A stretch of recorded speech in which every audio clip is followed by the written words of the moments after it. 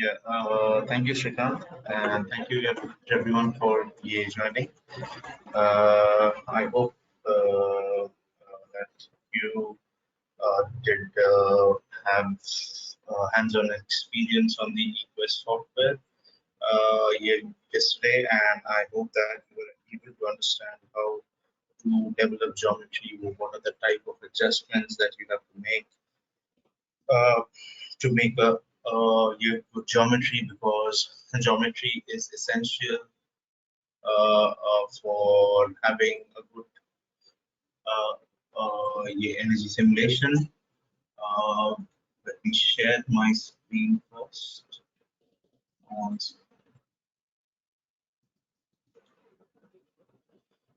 Shrikant, I'm not getting the option to share my screen.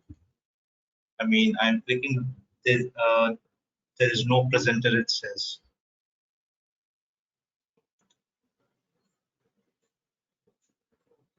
Hello?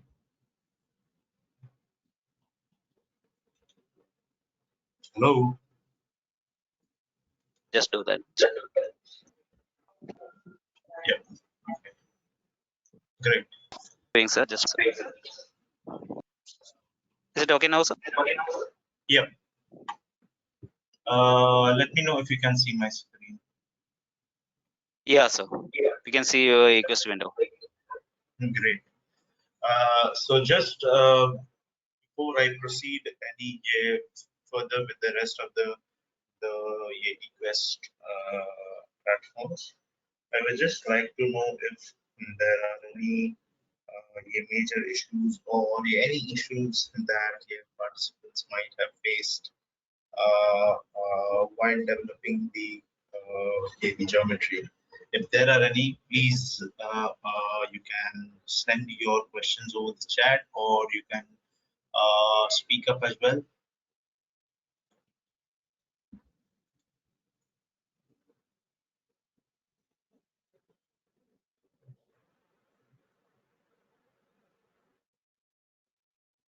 I can just launch a quick poll in this so that you can just quickly give your answers. That is everything good with eQuest so far? Have you understood how to develop the geometry? Have you understood how to make those changes? If in case anything, in case you have chosen a wrong vertex, how you can go back and you can change those things. I've just opened a poll in this, so people who are on the training right now, please feel free to vote.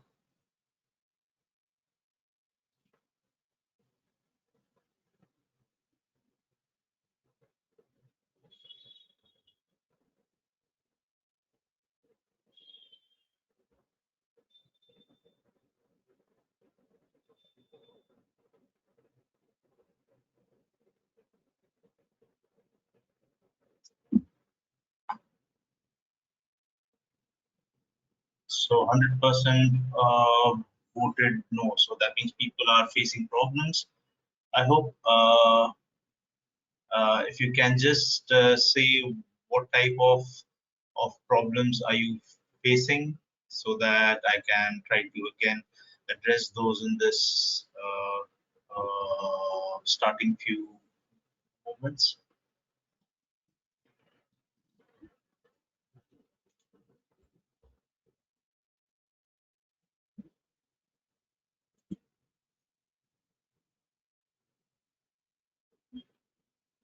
Sir, could not able to select.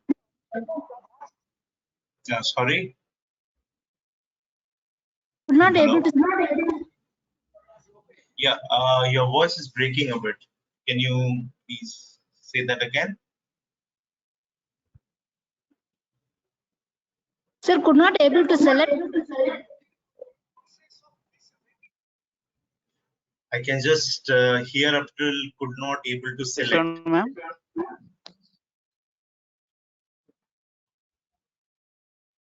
Yeah, if you can write your Ma'am, can you type in chat box? Yeah.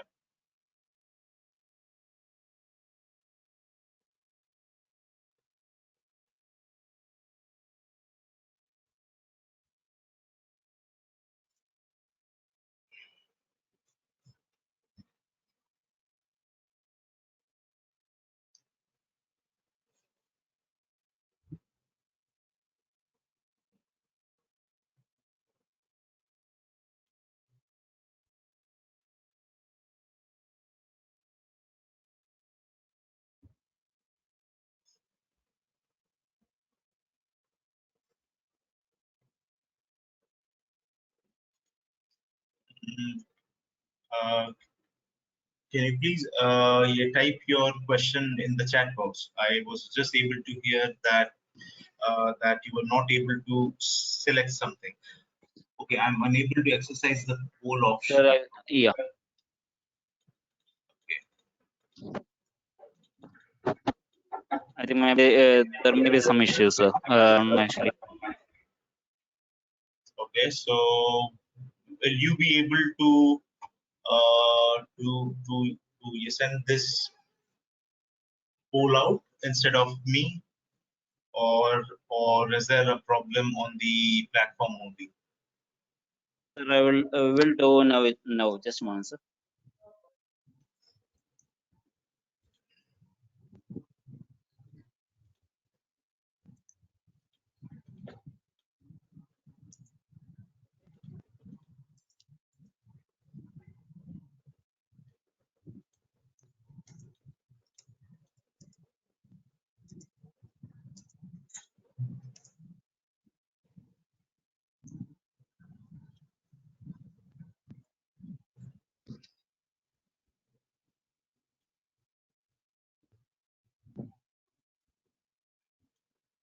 Yeah. What? I'm just changing the question. Is there any issue till now? Is that fine, sir? Yeah. Is there any problem that people faced while preparing the Extend, job? up to now, is there any issue? Please Yep. poll all the participants. Please. 40% voted no. Is there any issue? Okay, so no issues.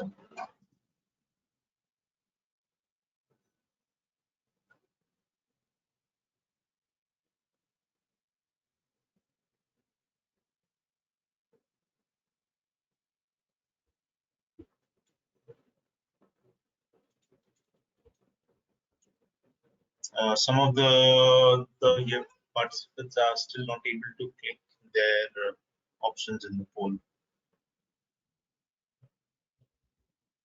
Right. I think. I think Yeah, maybe maybe. most of the people are chosen as a Sir, actually, panelist. Sir, actually, what happened is made almost all the participants as panelists because so that they can access to the chat. That's why the problem. Panelists cannot take the poll. That's what the problem. Okay, that's why. So they can click on chat, sir. Okay. In that case, They if can you have type on faced any, chat. yeah, I think. Okay, in that case, if you can close the poll now, and if people have faced any issues, and yes, so far you can please just say or type your question in the chat box, because what we have done so far is important of what we will be doing today.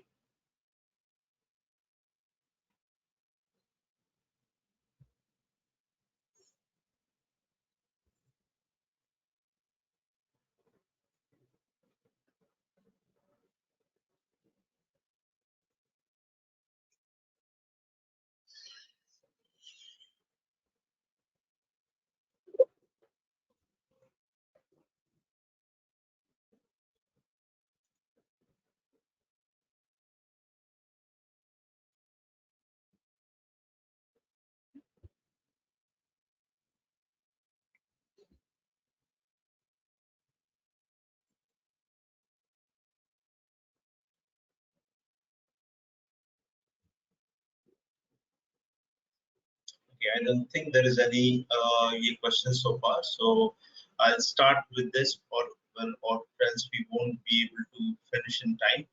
So the first session today, we'll just go through the entire set of parameters that we need to set for the schematic design wizard. I'll take you through the rest of the screens to show you how you can input your concept design or your schematic design inputs, and then how you can run the simulation at the end, And in the second session today, what we will be doing is we will be developing the standard design of the of the same geometry that we have prepared, and then we'll see how we can show savings as per ECBC. Okay, so okay, so till yesterday, what we had done, that we had seen how to put shading on your windows and how to put skylight light zones on yeah, on your roofs. Now, if you go to the next screen, what this shows is the activity area allocation. So this mainly shows that how your area is distributed over the ecos. So as you can see that there are different types of areas in here. So you, for example, you have office area, you have corridors and stuff. So if you are allocating a percentage into this, that means that eQuest will assign those respective default criterias in terms of the occupancy, in terms of the ventilation required, right, to that percentage of area, right?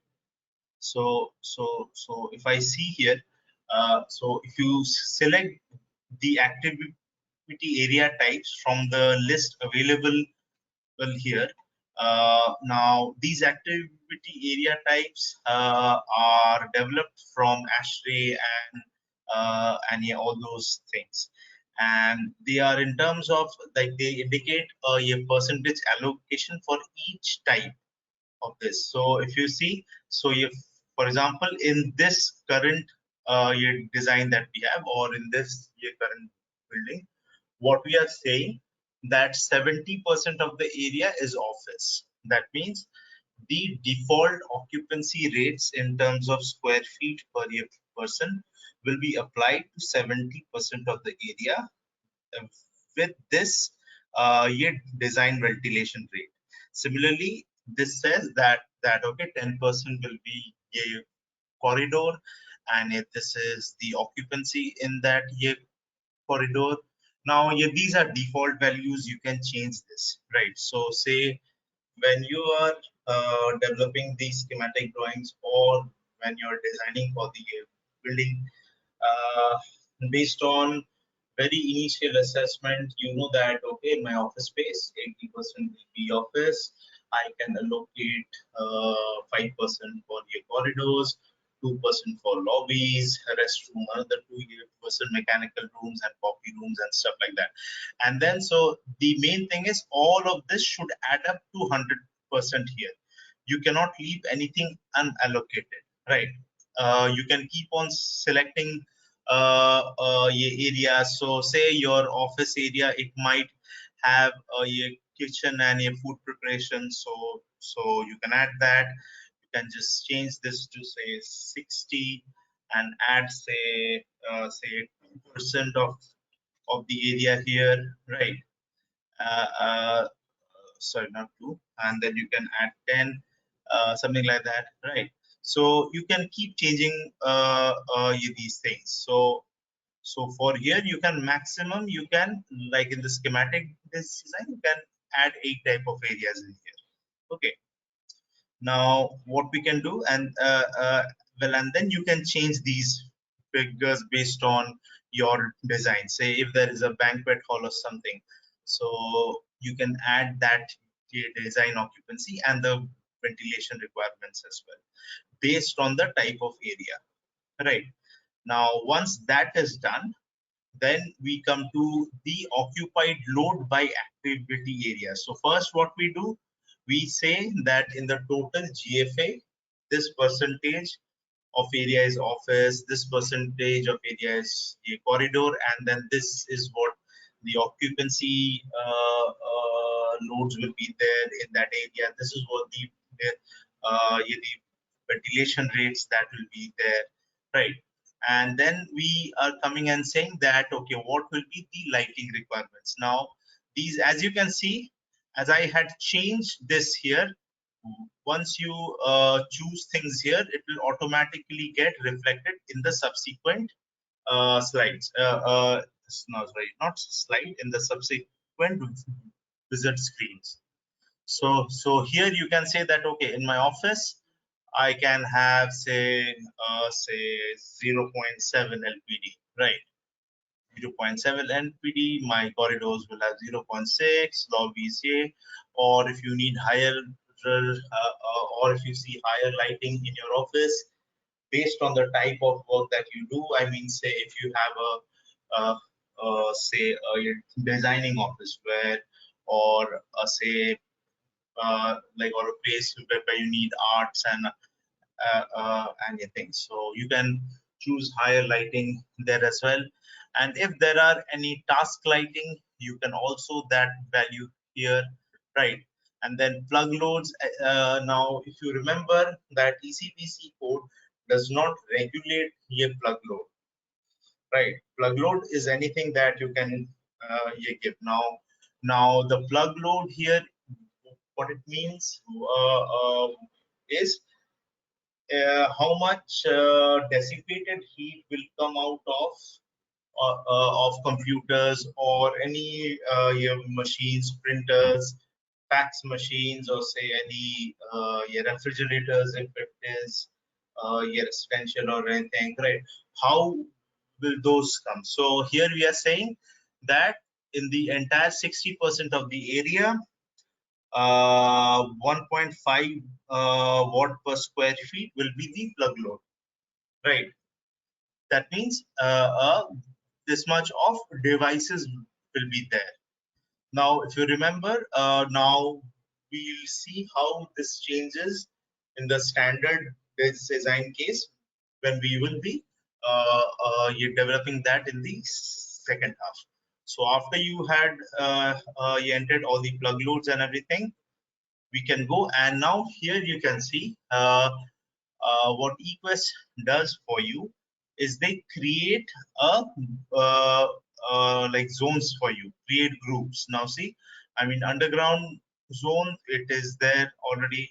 Now ground above, so ground core areas, so that means all the areas that are not there in the that is not directly exposed to the ambient environment. Then it has a ground floor perimeter zone. So if you can see that every well, and then there are typical floor group your core zones, perimeter zones, and stuff like that. Okay, so yeah, so these are all the things that can come. Now, what you can do here is, say you choose underground areas, and then here it says condition, right? So here you can say that my basement, my underground area is not conditioned. It is conditioned or it is not conditioned. Okay, and then you can select. So here, so in that case, when Equest does the calculation, it will not put any conditioning in your underground area. Similarly, say if you are doing here, and then if these core zones, they are not your conditions, you can again do the same. You can just remove the conditioning here. So yeah, these are very basic your conditioning zones, or just very basic parameters that yeah, that you can provide here. Okay. Any questions up till now?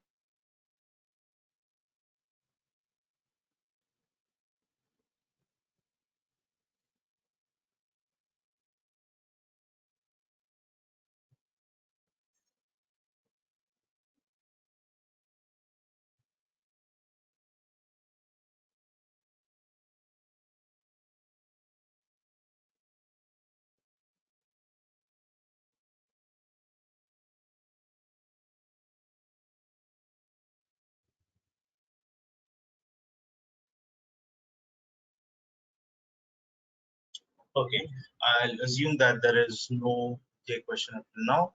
Now here we come and see that this screen asks for unoccupied loads by activity areas percentage of occupied load. That means, as I saw that we had allocated this percentage of areas to these area types. Now we are saying that when my building is unoccupied, then what percentage of occupancy should I take? So this means, so here a value of 0 means when my building is unoccupied, office areas, there will be no people. Lighting will be, there will be no lighting. Task lighting, there will be no task lighting, but plug loads will be 20%. So plug loads will be 20% of the loads when it is occupied. So see this the screen 14 says occupied loads by activity area. Here we say that okay, when my building is occupied, these are the plug loads. Whereas in screen 16 we say that when my building is not occupied, plug load shall be 20% of my occupied time. So yeah, maybe when the office is not occupied, you will have uh, when my building is not occupied, you will have say refrigerator running and everything. Uh, when my office is say unoccupied, say after 6, right? Then you can say that okay, 10% of my maximum load. I mean, some areas will be lighted, 90% areas will be off, right? So like that, you can add these percentage for occupancy, lighting, task lighting, and plug loads for the period when your building is unoccupied. That means Equest will calculate those schedules in that way, that from 9 to 6, 100% occupancy, 100% of the people are there, or say 100% lighting is there. But then again, from 6 to next morning 9, only 10% of that lighting will be there. Okay, is that clear? Great. And then we come to the main schedule information. So here, if you can see that here, well, under the systematic your design basis, and what you have the option is you can choose 3 type of days: day 1, day 2, day 3. If you can see here, right? In here, what I'm saying now, if you see that I have certain days chosen, right? And then certain days are chosen as say Saturday, Sunday, right? So what here this means is on Monday, Tuesday, Wednesday, Thursday, Friday, and on heating days and on cooling days, my building is open from 8 a.m. to 5 p.m. and the occupancy is total 90% of the. So here is where you are applying your diversity factors, right? 90% occupancy of this value, this value 225 square feet per year person, right? And then again 90% of the total lighting load, 90% of the total equipment load. This means that all your machines, all your light will not be active throughout. You can apply that diversity factor here, right? And here I say my day 2, which is mainly my weekend, Saturday, Sunday holiday. Well, everything is so everything is unoccupied. Now say if some of the offices have Saturday half day on, in that case, well, I can choose a day 3, and in day 3 I can choose that okay, my Saturday day 3, um, I will be on say from 8 a.m. to say noon, right? And again the same 90%, 90%, 90%. Okay, so that means on a Saturday, which is day 3, my building will be operational from 8 a.m. till 12 p.m.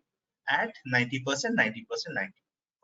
So these are some very basic schedules that you can add here. Okay. Once that has been added, the next screen, it takes you to the HVAC system type templates. Right now, here there are some default that are there. So if you can see, the first tab is the cooling source.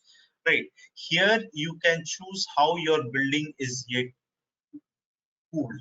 Is it through DX units? Is it through chilled water system, or is it through evaporative coolers? So here, just for the sake, I mean, you can choose DX coils, right? You can choose chilled water system. Now, see, once you're choosing DX coils, there is no additional boxes here. But then when I'm choosing chilled water system, it is asking me what is the source of the hot water loop, right? So and then I will show you something else as well. Say, for example, the choices that you make here, if you select the DX coils, that means a lot of things. I mean, your pumping system, your HVAC pumps, and all those things. Your primary loop, your secondary loop, your pumps, they are not there. So based on the choices that you make here, the number of screens will reduce here. If you see, if I have a chilled water coil here, the number of so it will ask you what are the chilled water system and your controls and your schedules, right? Primary, and then what are the HVAC temperatures, fans and everything, fan schedules and everything. So but when I choose DX coils, it is not asking me those pumps and everything. The number of options that I have to fill later on reduces. So it is based on the type of system that you choose. This will differ. Okay. So here, so just for the sake of this, I choose chilled water coils as my system.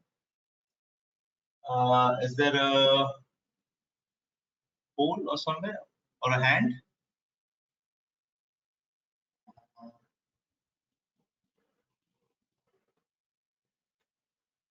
Okay, no. So once this is chosen, I ask it'll ask that what sort of heating source is there, right? Now I say that I don't have any heating. If I choose no heating, the source of hot water also goes, right? So here, as you can see, that you can choose under the schematic design, you can choose two type of different gas systems. Say in your office building, mostly say it is chilled water, and say some rooms like server rooms and all those places, they will have their own, say, DX coil. So in that case, you can choose one as chilled water and the second one as your DX coil in this. Well, and in the server room, you can say that, okay, I don't need any heating. Then you come here, then the third thing asks for system types. Now there are some basic your default systems that are there. So if you choose this, it will say that, okay, you have a standard VAV, you have a parallel fan, powered VAV, single zone air handling, it's cooling only, and then multi-zone air handling. So you can choose accordingly to what you have, right? And then you can say that, okay, yeah, my return air is direct, ducted, or a plenum, right? It is based on the design that you have. And as you have chosen DX coils here, so here it will give you the option of whether you have a split system single zone or a package single zone, DX, or a package terminal AC, no heating. So all these options that comes, you can choose it, right? And then the last option is system one serves, right? So here you can say, based on whatever grouping you had in this place, here you can say that, okay, my all floors except top floor will be served by system 1 and the rest will be served by system 2.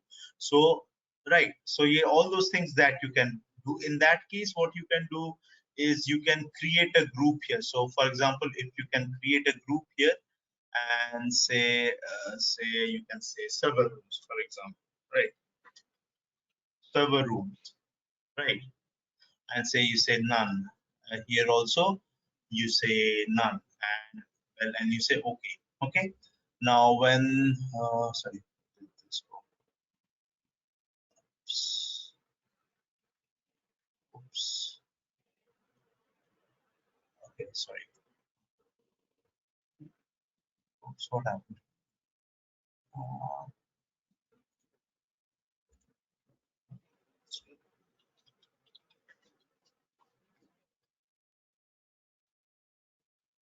okay, parent component. Okay, okay, yes, I have to choose one parent component here. And here, okay, I say core floors, ground floor core. Okay, so that means in my server rooms, only these places are there. Okay, so yeah, that ways what you can do is you can change them, you can edit them, you can delete them.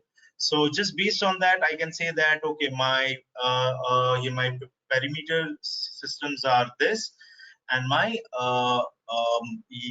yeah, my core system well, or my core zones, they have system 2, that means. Okay, then coming to the next screen, here we set off all the HVAC zone temperatures and ye airflows. Now, if you see, if here I say that I do not have any ye cooling for system 2, then there is no option for me to add system 2 here. Okay, it goes right.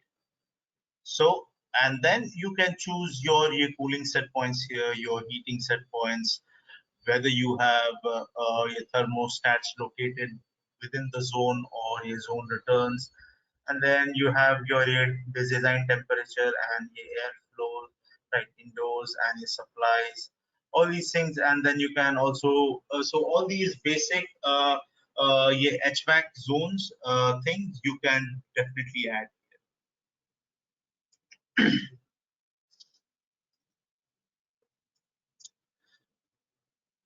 Then we come to the second one. So if you have any questions so far, you can please feel free to ask them in the chat, or you can just ask them through your mic as well. Well, any problems so far?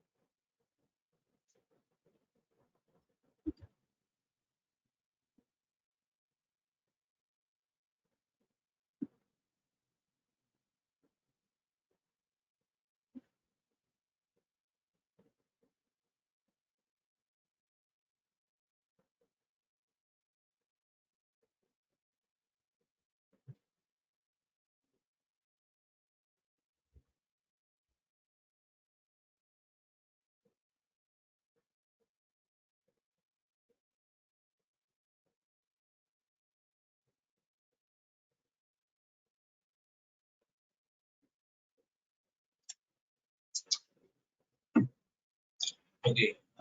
If there isn't any further questions, I'll just go forward here with this.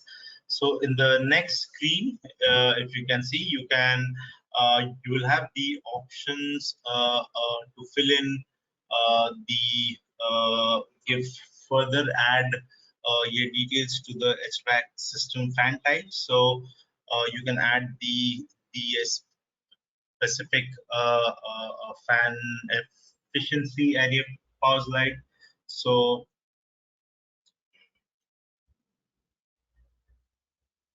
yeah, here, for example, here you can say that, okay, the supply fans, it will be standard, high, premium, and well, and then you can give your power in them in the just the fans.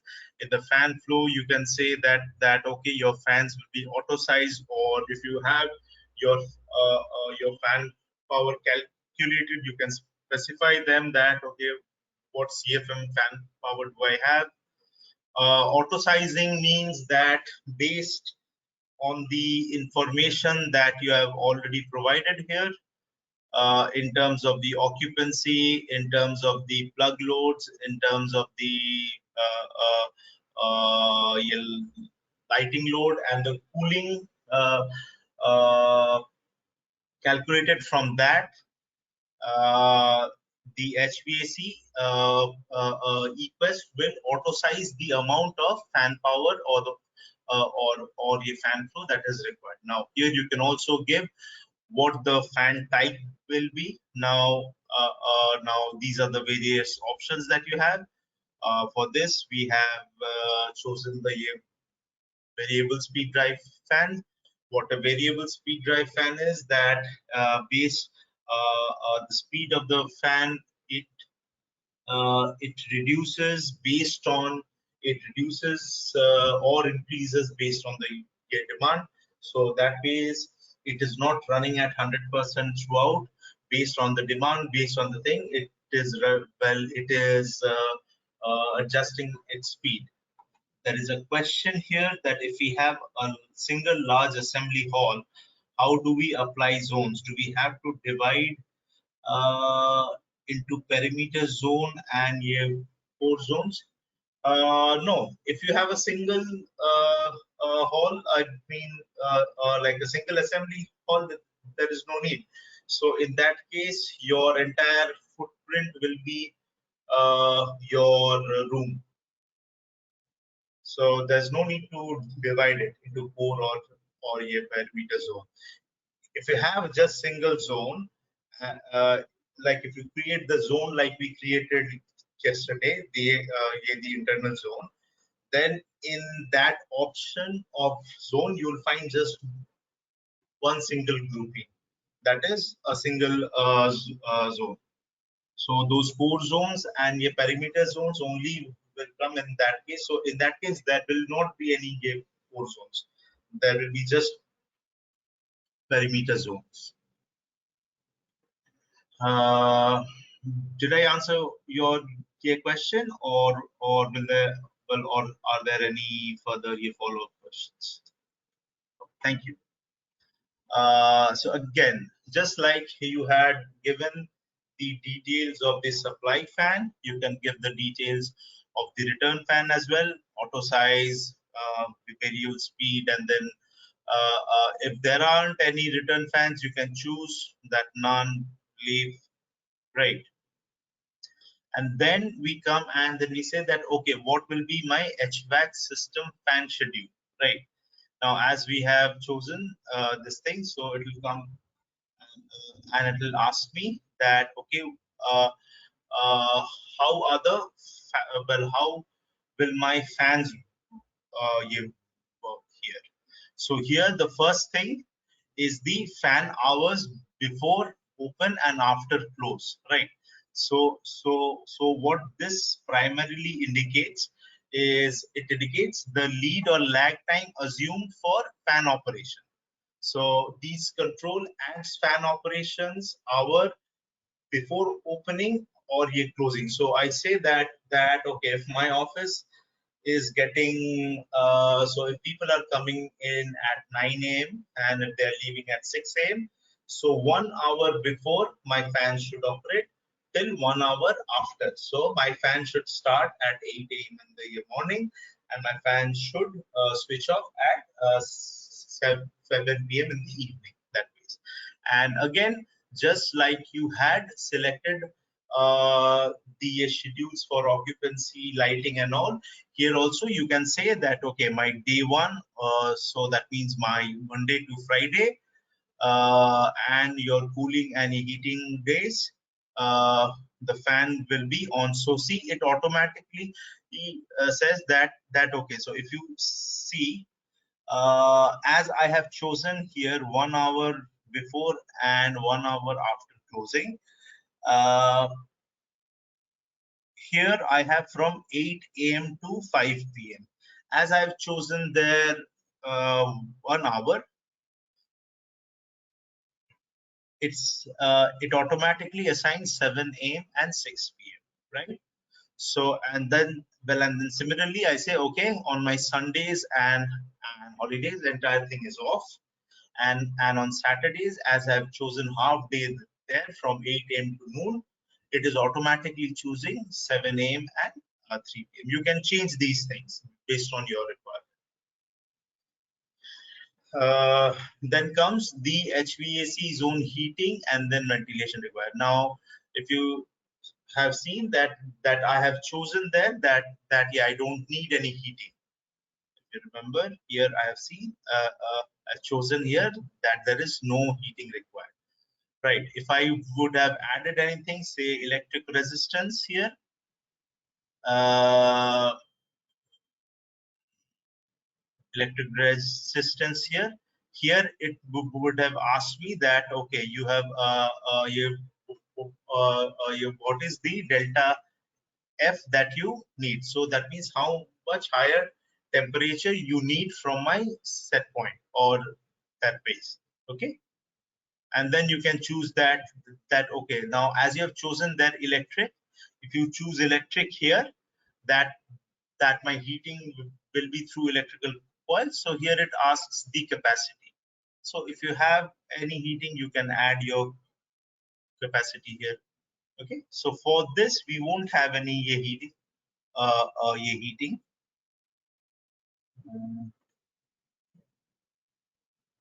No heating. Okay. Then the next thing says that HVAC system hot or cold deck reset. So this what this reset basically means is uh, uh, there are currently like if you see this, there are currently three options: warmest, outside air reset, and your constant. What reset means is like once your system is working, if you say constant, that means my set point is just a single. It will keep on working throughout to give you a cooling set point of 55 °F. When you say outside air reset, what outside air reset means is the deck, it resets based on the outdoor air temperature. Example, that at an outdoor high temperature, right, of say 80 Fahrenheit, the cold deck temperature will be reset to 50. So that means based on my outdoor temperature, right, my HVAC system will reset its supply yeah, temperatures. Now, how will my system, or how will Equest understand what that outdoor temperature is? That will be based on the weather file that you chose. The first thing, if you remember, we chose the weather file. So in that case, it is very important to choose the right weather file. Now, at times what happens, not all location weather files are available. Weather files are only available for certain locations. You can find them on the ISHRA's website. If you go to ISHRA's website, you can download the files from there, right? And then once so it is important. Now if you don't find the weather file of your exact location, what we do generally is we see that which weather file that is available has the closest climatic condition to your location, right? And so say if we are somewhere near, Jalandhar. Now I have Amritsar where the file. Now I will see that what is closer to Jalandhar. I may have Chandigarh, I may have Amritsar. So just based on what is closer and then what climatic condition is closely comparable, that means we will choose the weather file, right?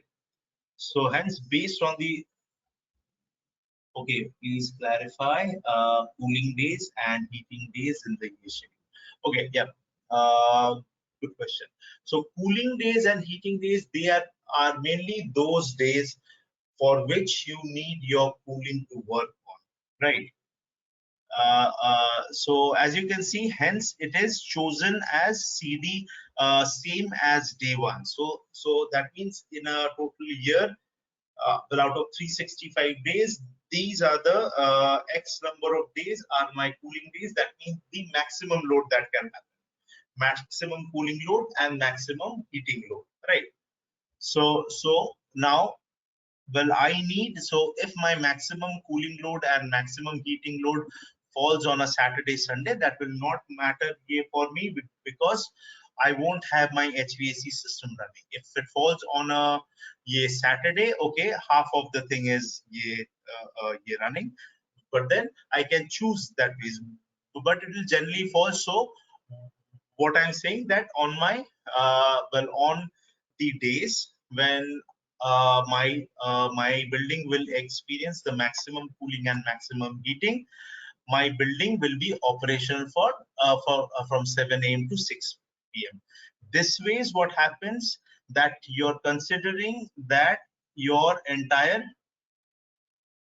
so this, yes, this information is for the sizing only, so that you can say that for the sizing, so for my worst day in a year, say your peak summer day, you are working your office at the maximum capacity, right? So yeah, that, so hence yes, it helps for the sizing. So I hope that I answer your question. If you have any follow-up question, please you can write it, or thank you. Okay, so once we do that, then we come to the cooling primary equipment thing, right? So as you remember, as here in this HVAC system definition, as we had chosen chilled water oils, hence I'm getting all the parameters that I need to fill for the chilled water unit. Right, so here it asks me the head and the well, and the difference in your temperature. Now head is from where, so how much chilled water, so to how much height my pumps have to pump that chilled water.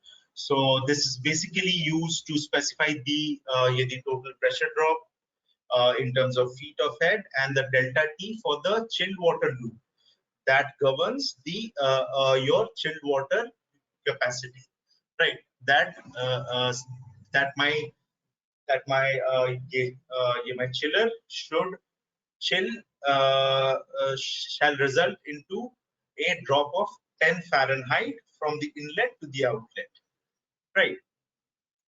And then what you have to give is the pump configuration. Here you have basically three types of pump configuration. One is individual chiller pumps only.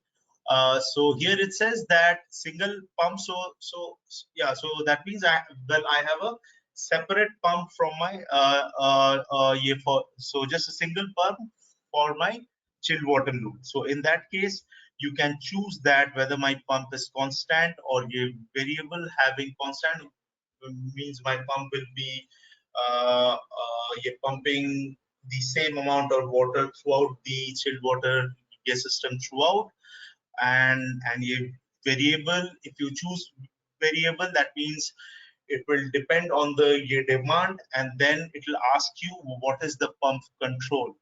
Is it a single speed? Is it a 2-speed, or is it a variable speed drive pump control? So for here we can add a variable speed drive. Okay, and then again we here we have to input that you what is the pump loop your head or flow, right? You can choose the motor efficiencies as high or low or yeah, that ways, right? So here you can, so you based on the location of your pumps and your chiller, you can add in the flow and the GPM, or else it will take the default values that way. So here you can see that how the estimated chill water load is calculated. So based on the geometry yeah, that we have, it has calculated this into a sizing factor of 1.2. That means it is sizing for the 20% extra. Well, and then this is the yeah, factor that they use. Now you can change this, or you can auto size it, or yeah, based on this. So all these things you can change, right? And then describe up to 2 chillers. Now in here in the schematic, you can of course say that what your chilled water system will be, right? You have these options of chillers from which you can choose. You can choose that whether it is your water cooled or your well or a air cooled, and then you can see that whether your compressor, what sort of compressor is this? Is this a variable speed or a constant speed compressor? And then again you can say that okay, how many number of chillers you have, or you can auto size it or specify that I have 2 number of air chillers that range from above 300 tons and everything, and then you can choose the chiller efficiency. Now this chiller efficiency, you will get the option of inputting a COP or in terms of kilowatt per ton. So if you know what chiller you are installing, you can ask the manufacturer for the technical specification sheet, or you can ask for the COP values for them from them, and then you can input them here, right? So for here, I mean under this we have a, I mean yeah, the default value of COP, that is 5.2. You can based on this like you can put higher as well, 6.2, 7.2, or whatever it is based on your okay, how we put IPLB. You need to, I think, change that. You need to ask for the COP values in this. In the schematic, you cannot put in IPLB, your part load things. For the schematic, you have to see at the end of the day, just understand that you need to here in the schematic, it's a simple way where you're deciding how your building will be. So in that case, you should understand what your worst case scenario should be. Okay. Again, if you have 2 DHLers, you can use as for that. And then as we have chosen your chilled water system, it will ask you yeah, the details of the heat rejection mechanism. I mean, if you have a cooling tower or something, so you can again have all these water loop heads like in terms of the height, so that the pressure and the pumps are sized accordingly, right? Uh, and then here again you can choose that what type of of heat rejection it is, right? And the temperature control, is it fixed or is it reset? Reset means variable based on what it based on the outdoor air temperature, and then how the capacity control it is. Yeah, like is it a variable speed fan, or is it a 1 speed, 2 speed, something like that, right? And well, and then efficiency figures also you can input standard, premium, or high values. You based on this. You can choose your water side economizer if you have any. So where you can input the wet bulb start, the dry bulb start, and the WSE set point. Right. This is only if you have. Uh, uh, this is only if you have your water side economizer. Right. Mm, then again, here you can give the schedule for what your chilled water yes system and your schedule should be, right? If you have your variable schedule, you can put just like we had put for the fans and for the occupancy and other things, that how your chilled water yes system should work. Right, what are the minimum chilled water temperature? What is the maximum chilled water temperature? And being based on the choice of your chillers, right? And again, or if you don't want anything, you can just say that fixed means everything will have a single set point value. It will not vary, right? And then operation, again, it can be based on standby. That means everything goes on throughout, right? Or scheduled that ways. And then you can say that okay, it's on and off control. That means whenever uh, uh, it is outside my time zone, it will just switch on and off, or whenever it is outside these temperature zones, it will switch on and off, or is it based on outdoor air temperature as well? So all these kind of controls you can input. Uh, any questions up till now?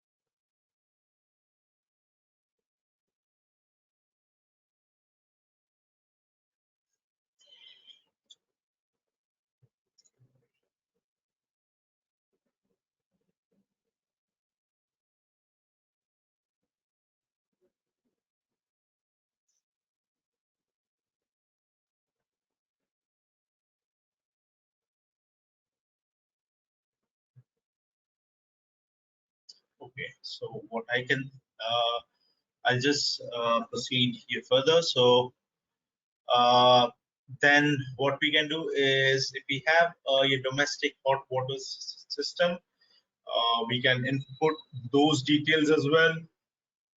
So in this wizard screen, you can see that it is asking for the heater specification, the storage tank specification, the water temperature, and the pumping recirculation. Now, this pumping recirculation is mainly for areas where your hot water is supplied by the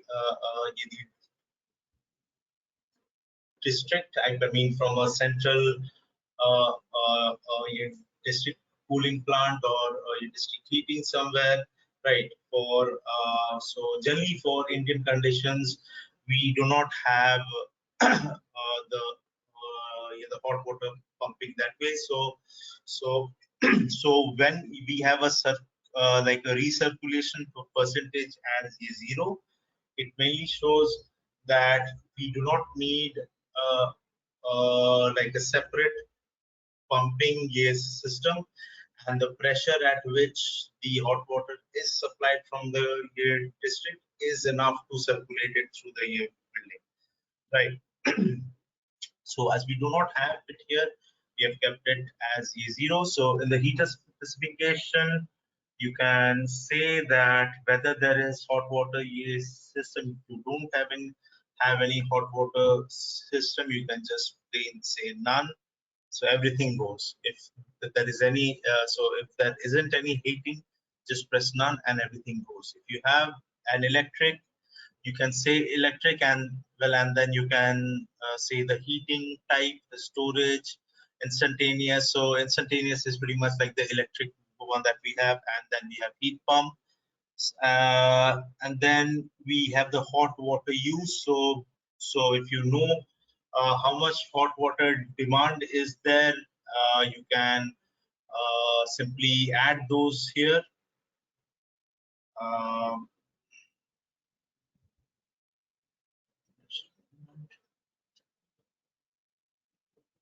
yeah, you can add those here in terms of gallon per year person per day. So as per this, the hot water requirement of this building is 1 gallon per person per day. And if you know the rating of your heater your specification, you can just type it. If you have a storage tank, so you can mention your details that my hot water will be stored in a tank that has this capacity, and then what is the insulation value of the storage tank. So all these details you will be finding from the manufacturer, or any insulation that you have. Again, if you have built the storage tank separately,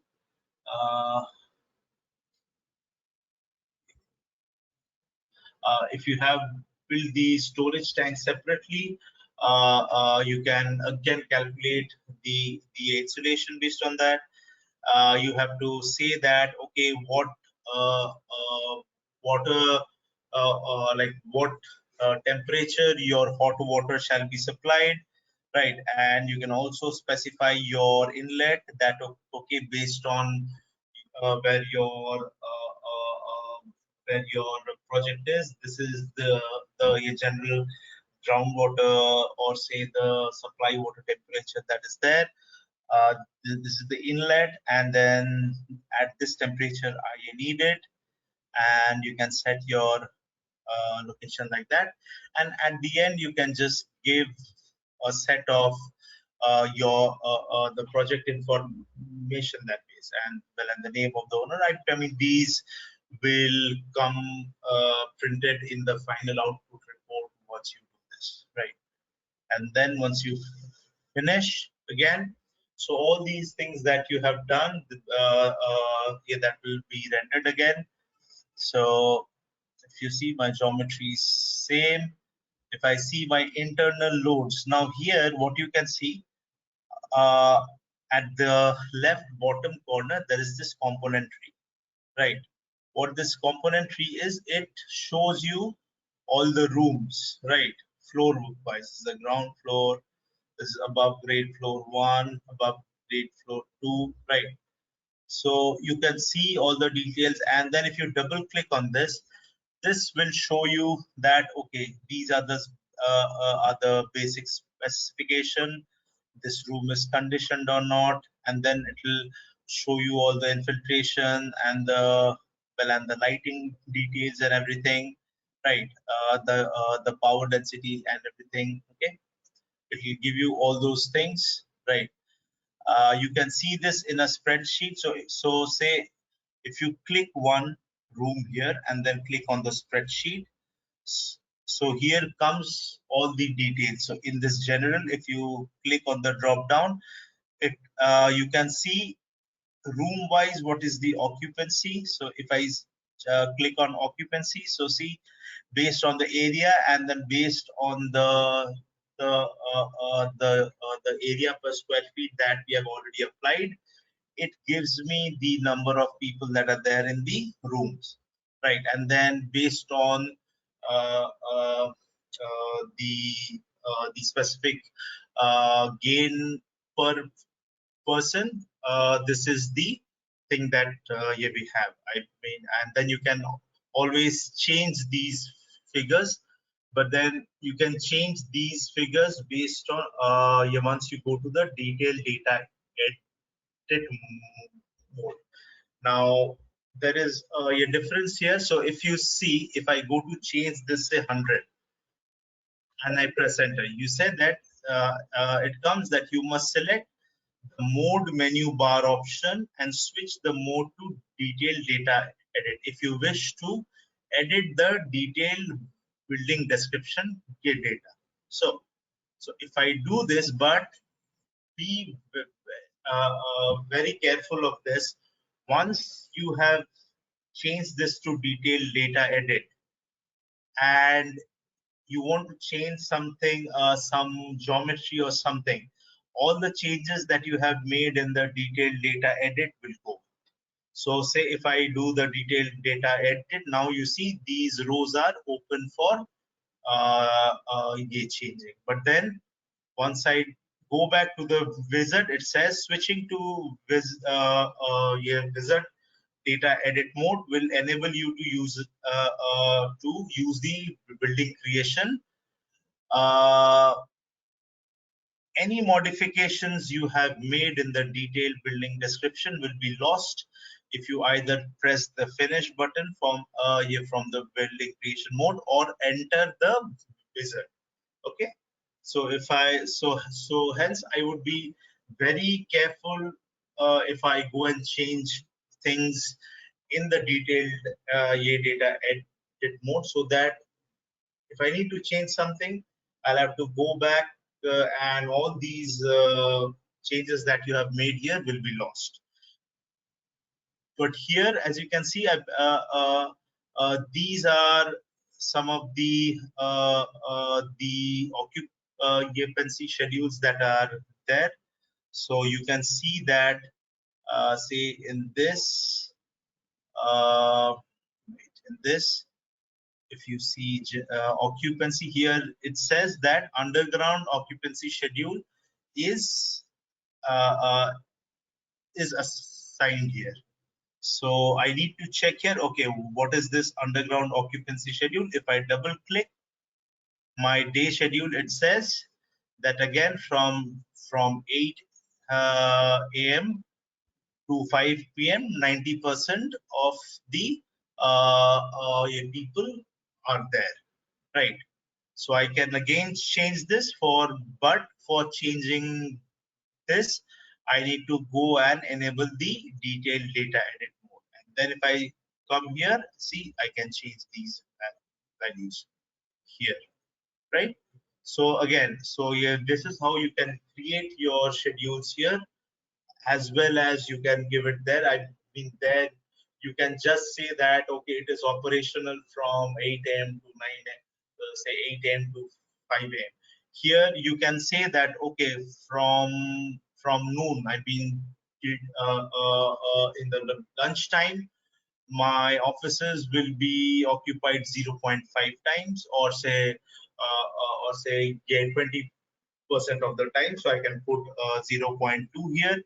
Now again, everything changes, so I'll just change. So I'll just say that from noon to 1, 0.2 is so my offices is here 20% occupied, and then the rest is 90%,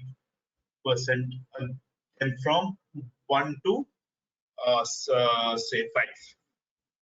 So so likewise you can change the lighting as well, right? You can change the lighting schedule again based on this. As you can see that the default lighting schedule is from 8 a.m. to 5 p.m. 90% lights are on, but then from 5 p.m. to morning 7 a.m. Sorry, to morning 6 a.m. half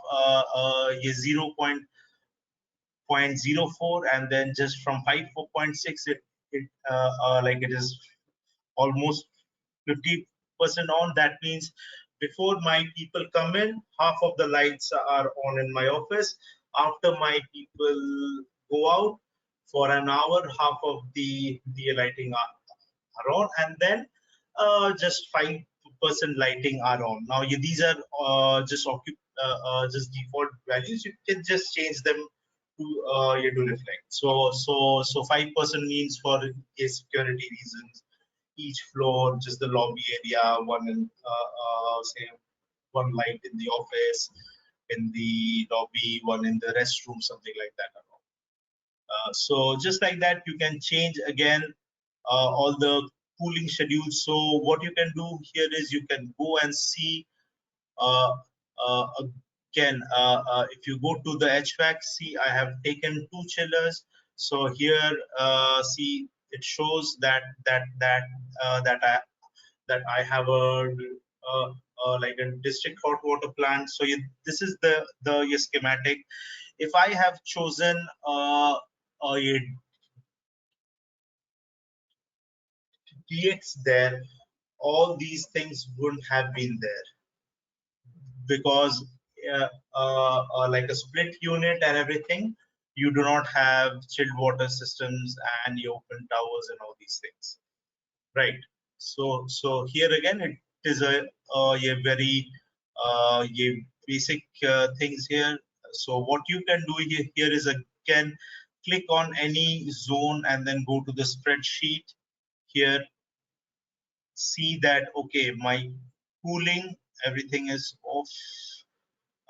Okay, these are the zones.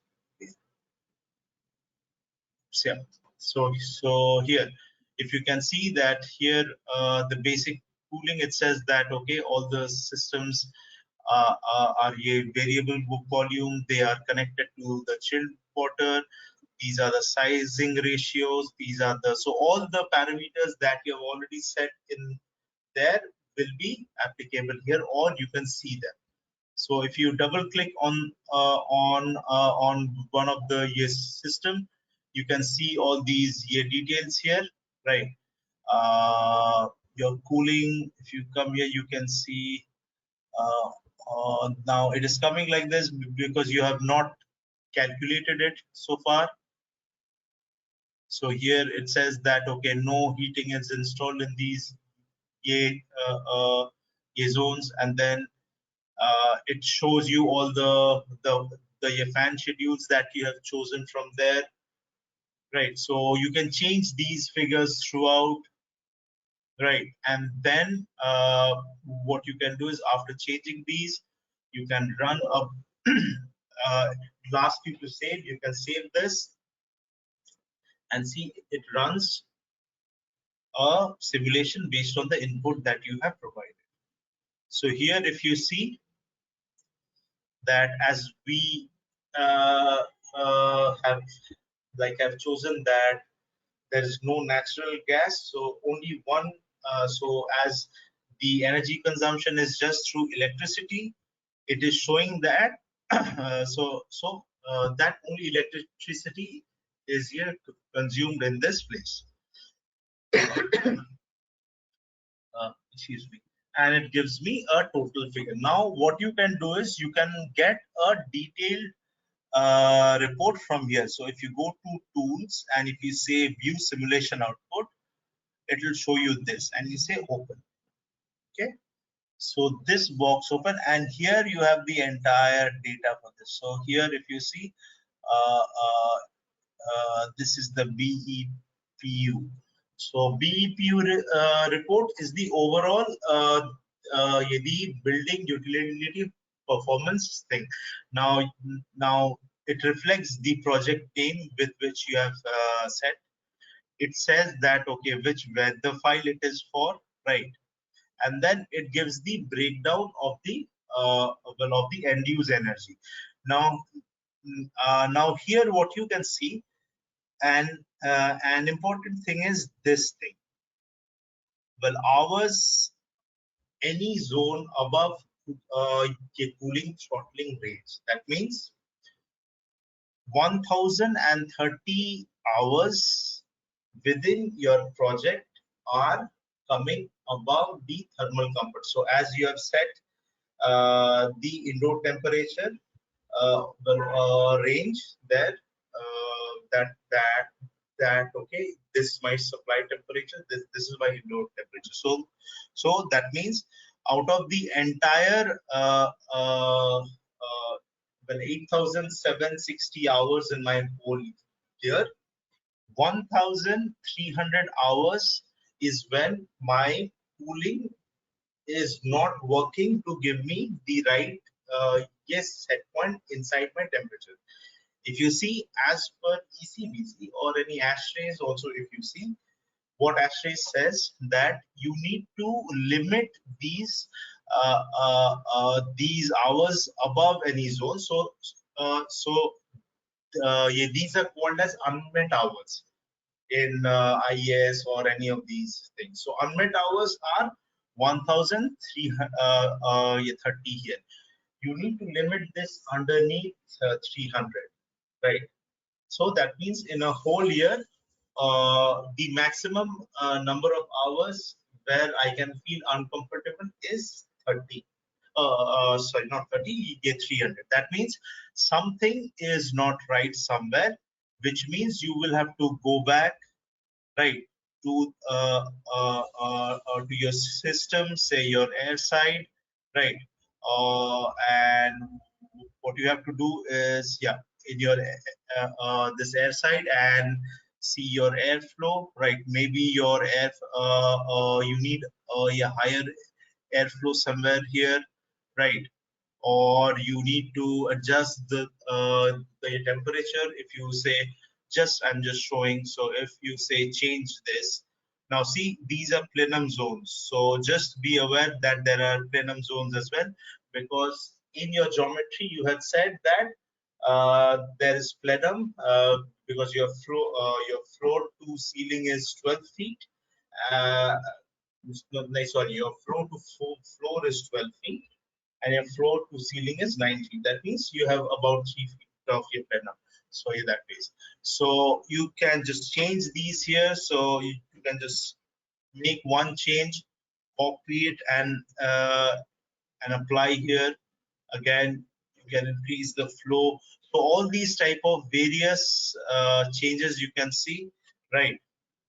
And then once you do that, you can again run the you run the simulation, okay, and then view the output file again. What's this?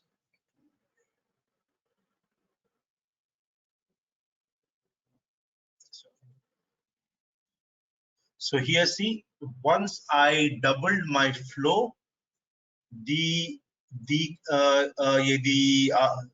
the hours above cooling throttling range reduced from 1,032 to 3,000 sorry, to 382. That means you need to again change some other things to get. Now this is always a balance. You cannot just directly increase flow, because if you increase flow, your energy consumption in your well, yeah, in your proposed building will be quite high, right? In that case, what you can do is you can, after the simulation is run, you can go to the say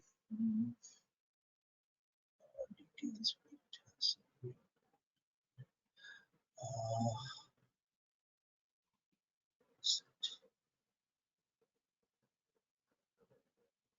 yeah, space temperature summary form.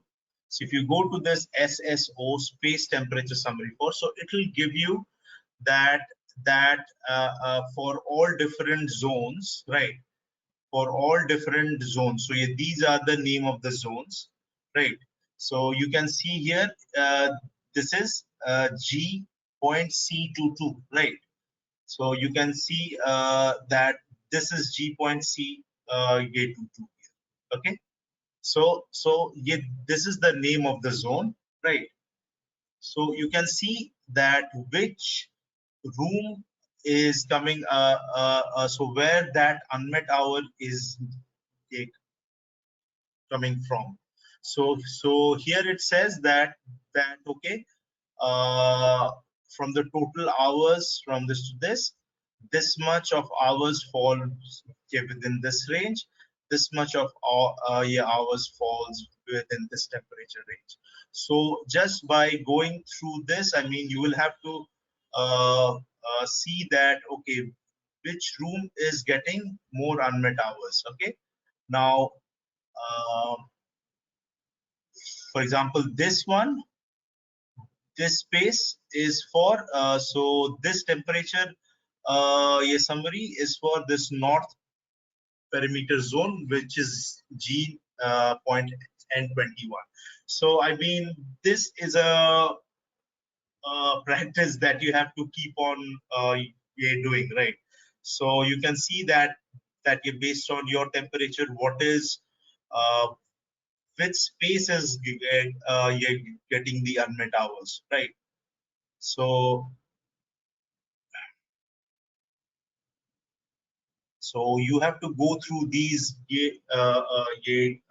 details, but then as I said, that is a very advanced stage of your energy simulation, that you identify from these results that where your unmet hour is coming, which room is not providing you the where your cooling systems are not working efficiently to give that temperature range, and then based on that you can just go to that room. So again, go to that room, and if you see that GCCEA2 is not here working, you can go and just increase the flow in this room instead of increasing the flow in every room. So yeah, this is sort of an exercise that you have to do while doing this, in terms of identifying that how to meet those unmet hours, right? But then that is a very advanced stage. I'll just again run it. No. Well, if you click here, the detailed summary output, it will again open that page only, right? So here you can use this. So while preparing this ECBC compliance report through energy simulation, we always take a snapshot of this section here and show them that and show that yes, this is the total energy consumption through this for this building. Now if you remember, just by doing this we won't be able to show compliance. We need to find the EPI for this, and then we have to show that the EPI ratio in between the EPI of the proposed by the EPI of the standard is less than 1 or equal to 1. That means my EPI for the proposed is not higher than the EPI of the standard, right? So in this case, if you see that this is the total energy consumption that I have, and based on the area, right? If you see the area now, if you remember, in the calculation we do not take the basement, right? In the calculation we do not take the basement. That means the basement area, if it is unconditioned, we need to remove it from the calculation. That case. So in that case, what I'll do, I can see the area. I mean, again, if I go, I mean, all these changes that I did will be lost that way. But then this was just to show you what it is. I'll just go and I can see from this building footprint area. So this is the total area that I have, right? 284. This is above specified. Okay.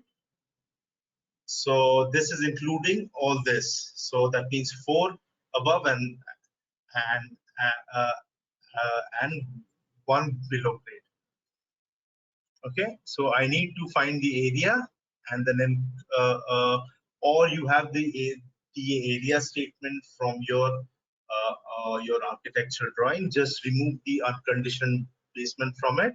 So in this, I'll just here divide this by 2844. So just mean, as this is in square feet, I'll just change this to square meter.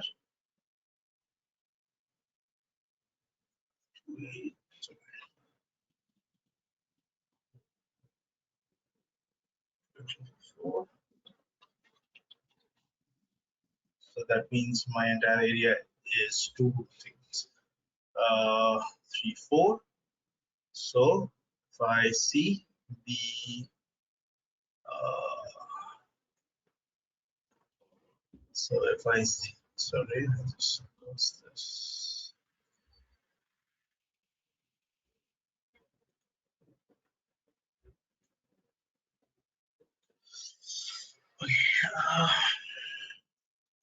So if I come here, I see that my entire energy is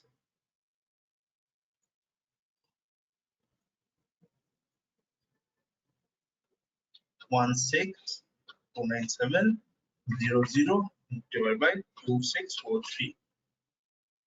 That means my energy index is 2624 point. So this kilowatt hour per square meter.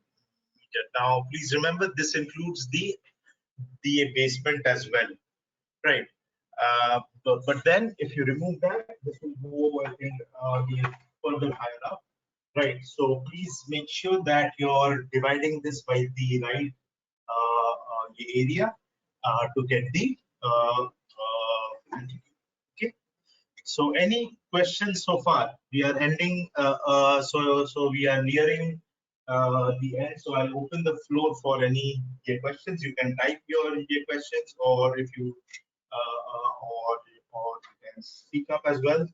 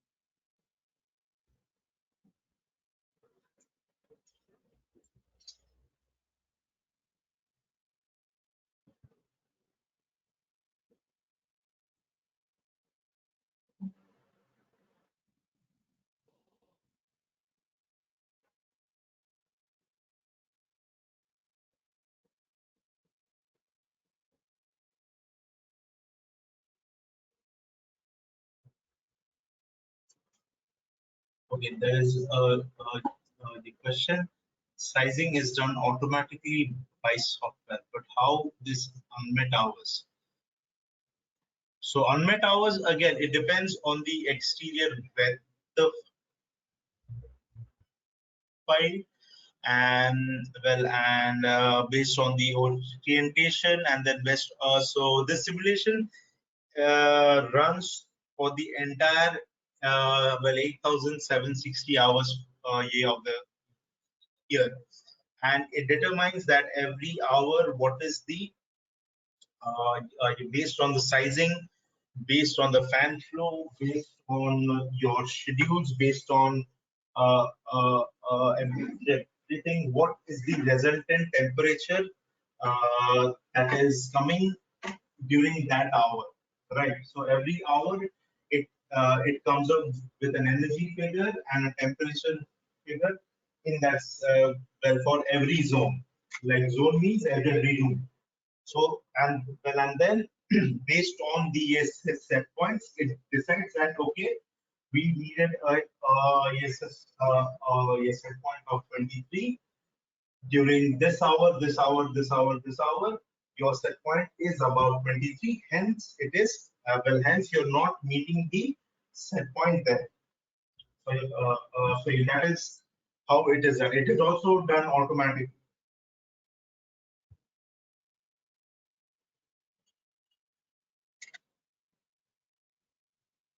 Is this clear, or are there any follow-up questions?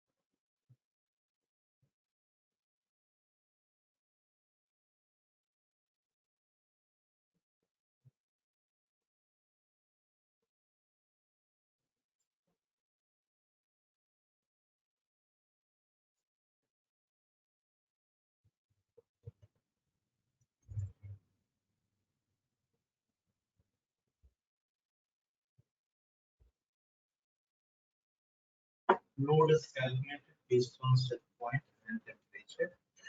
The load is calculated, but then that is you think of your fans working, right? Your fans and everything, right? That is also no. So unmet hour, it depends on the so unmet hour it comes based on because see it is your load is calculated, that is true, but then uh, your you may be in a space instead of having a variable speed drag, you need to have your constant fan, right? Or something that provides so maybe when that is happening, so just imagine I've been it is not always that so even if the temperature increases by zero point 0.1, that will be considered as an unmet hour, right? So when you do the sizing, of course, okay, your chilled water system is sized that way. But then if you see here, unmet hour is not only just overheating, but sorry, unmet hour is not only just ye over sorry, the unmet hour is not only just less food heating, but it also is high cooling as well. So if your temperature is underneath say 18, then people inside the room will not feel yeah, right. They they will not feel comfortable, right? So it is based on that. I mean, of course, I mean when yeah, whenever ACs are yeah, on, at various points, right? It does not mean if my AC is on, everyone in the room will be feeling comfortable all the time. Even at offices, we feel okay that we need to increase the right. That means so. Yeah, that does not mean that the sizing is wrong. Right. Sizing is still right. It is just that how that cooling is delivered to the final occupants. That is also important in this unmet hour. Your sizing may be right. Yes, that you need X kilowatt of chiller plant, right? FCUs or AACs. But still, in many offices, even if the ACs are running, people feel they feel uncomfortable. At times it is too cold. At times people who are sitting at a different areas they feel that it is still hot. At that time you increase the fan like as because we have thermostats. So if you remember, while we did the schematic design, we chose thermostats, right? So that means there is a way of checking the temperature. So it does not it does not necessarily mean that the sizing is wrong. It is how it is taken. So yeah, maybe instead of a variable speed drive, you need a constant speed drive, right?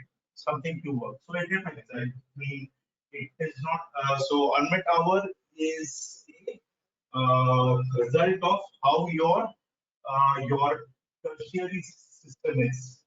Your primary system higher side that is calculated based on the load and everything. It is just that based on which time, right? That say you have sized your plant based on the maximum load. That is peak summer day, and then you have a glazing in the south and west. That means your full pleasure, yeah, like it is called, right? So you have sized that for that worst case scenario, and then you have also added 20% on that. But then how that thing is delivered, how that cooling is delivered to the rooms, that is also important, right? That means that means your fan operations and everything. Sizing is still fine, right? And sizing means yes, your fan will be operating at this, right? But still, despite of sizing, people feel uncomfortable as well. So that's why the unmet hour comes.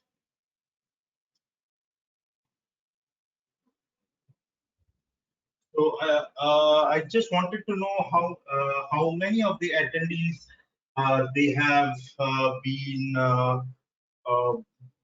working through this hands-on work along with me, or like is everyone on the call have achieved these results?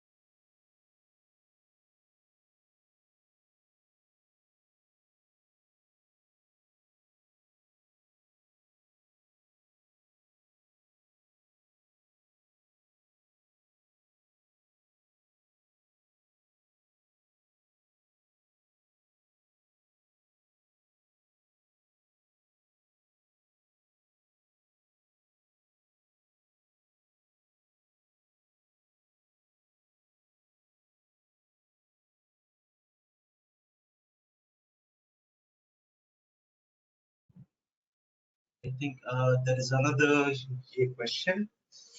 If we give cooling systems zone-wise, can we minimize unmet hours? But we have to increase the number of systems of small capacity. Yeah, you can always try that. I mean, have individual DX units in individual rooms, right? So that depends. I mean, everything you can try all these small things and then assign that okay, these system will be there for every zone or for every room, and yes, you can definitely do that.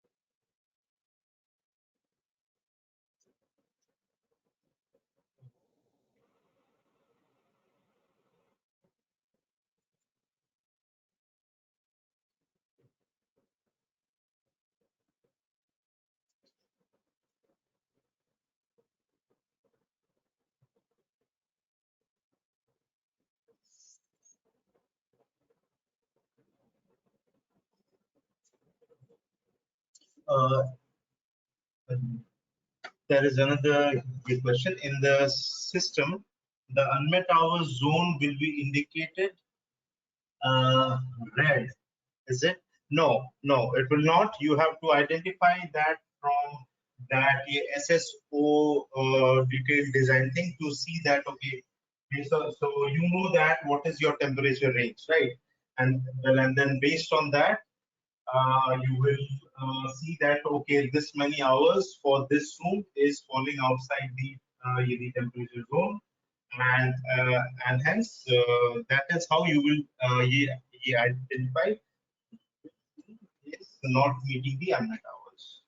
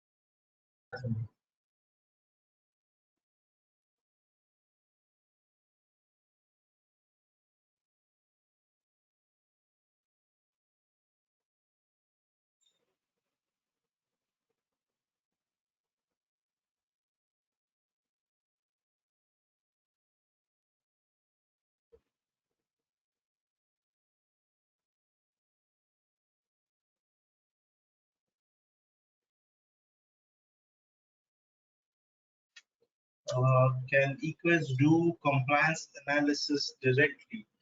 Not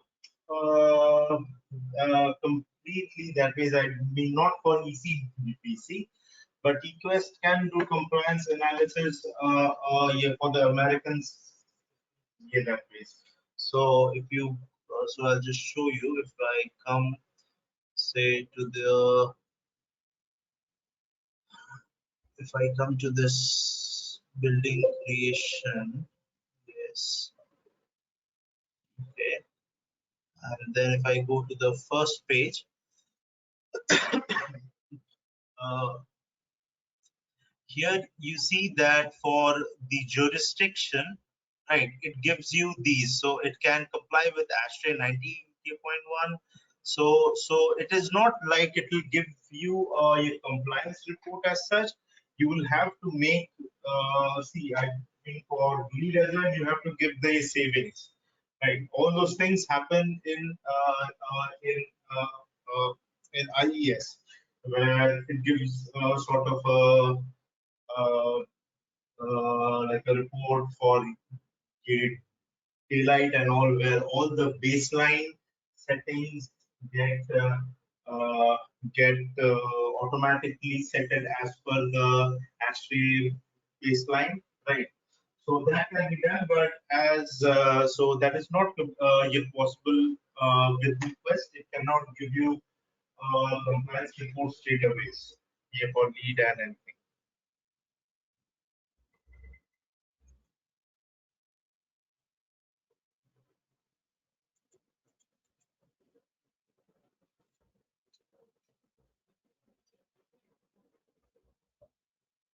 Are there any other questions, Nafis?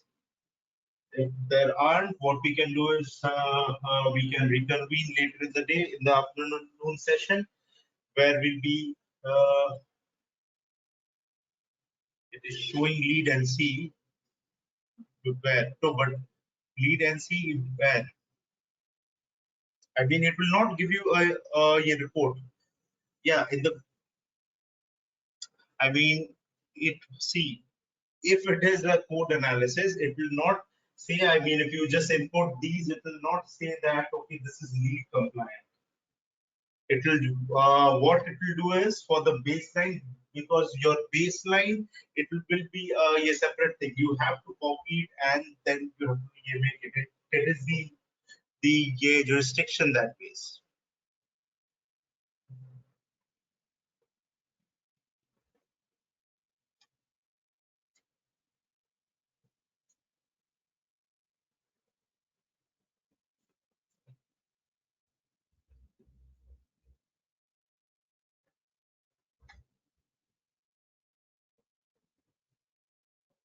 Okay, so if there aren't any other questions, what we can do is we can reconvene later in the day, and then in that session we can develop these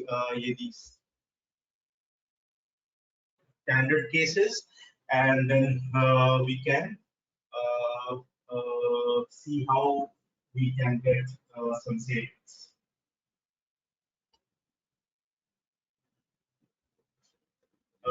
Over to you, Shrikant.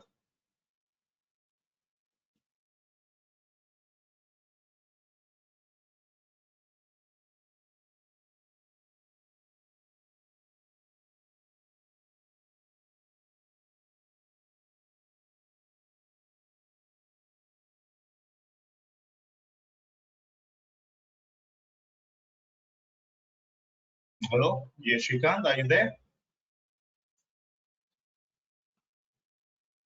Hello. Hello, sir. We can hear you. Okay. So I think we can stop this session now, and we can take this further up in the final session. Right? Okay, sir. Fine. Okay. So thanks everyone here for joining. So again, in the second half from 2:30 onwards, we'll see we'll be developing the standard piece by seeing how the ECBPC section 9 asks us to develop the standard case, and once after we develop that, we run the simulation to see whether our is working better than the standard or not. Okay. So thank you so much again. Thank you very much, sir.